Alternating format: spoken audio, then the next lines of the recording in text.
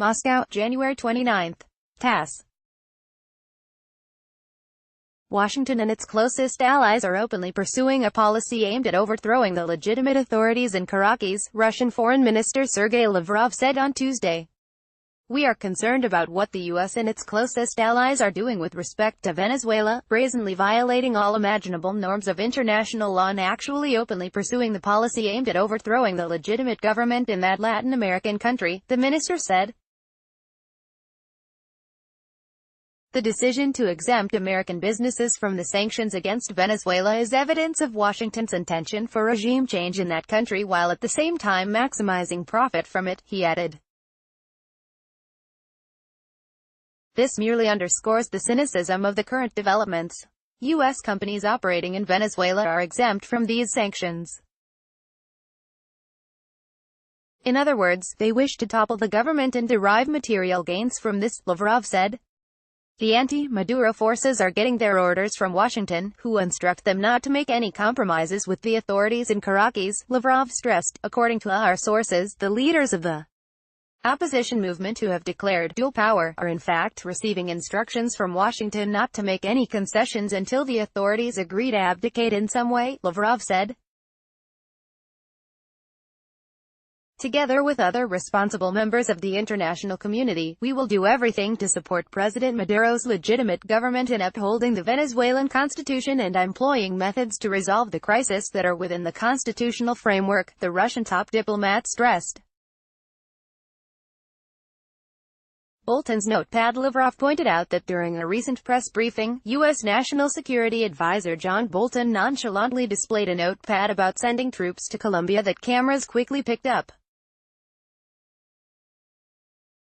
This raised eyebrows, particularly given Washington's statements about a potential military intervention in Venezuela. I have read reports saying that apparently yesterday, John Bolton held a press briefing and, according to the media, was careless enough to expose some notes to journalists with TV and photo cameras. The note read, 5,000 troops to Colombia. This raised some eyebrows, especially given the overt calls for using Venezuela's neighboring countries to launch a direct intervention due to the difficult humanitarian situation in Venezuela, which can be heard from the United States and a number of other countries, the Russian top diplomat elaborated. The note in question took center stage at Bolton's press briefing. Many media outlets posted a photo of him holding the notepad with handwritten notes that read, Afghanistan, welcome the talks, and 5,000 troops to Colombia. When asked about a potential U.S. military intervention, a White House spokesperson noted, as the president has said, all options are on the table. Colombia's defense and foreign ministries later rejected the reports about a potential deployment of 5,000 U.S. troops to the country. Colombian Foreign Minister Carlos Holmes Trujillo said that Bogotá was unaware of any such plans.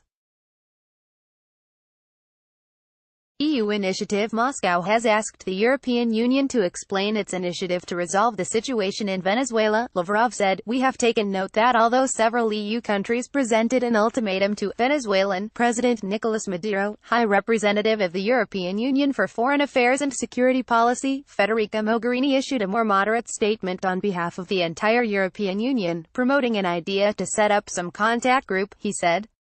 We have asked our European colleagues what exactly it is all about and how they plan, if they have any plans at all, to translate it into practical action, the Russian top diplomat added. Lavrov noted that members of the Caribbean community, CARICOM, were particularly concerned about the plans that some aggressive foreign players have in relation to Venezuela. They have also shown interest in trying to pave the way for international mediation, he noted, adding that Venezuelan authorities had expressed readiness to hold such talks with the opposition. Given signals coming from the EU and the interests of the Caribbean countries, as well as the fact that China and India seek to prevent catastrophic developments, we would like to figure out what the international community could do to prevent another blatant violation of international law and violent regime change, and bring the situation back to the constitutional track. This is what I discussed yesterday with the Iranian foreign minister, who, just like us, wants to find an opportunity for external players to prove themselves useful to the Venezuelan people, the Russian foreign minister said. Political upheaval rocks Venezuela. Juan Guaido, Venezuelan opposition leader and parliament speaker, whose appointment to that position had been cancelled by the country's Supreme Court, declared himself interim president at a rally in the country's capital of Caracas on January 23. Several countries, including the United States, Lima Group members, excluding Mexico, Australia, Albania, Georgia and Israel, as well as the Organization of American States, recognized him. Maduro, in turn, blasted the move as a coup staged by Washington and said he was severing diplomatic ties with the U.S.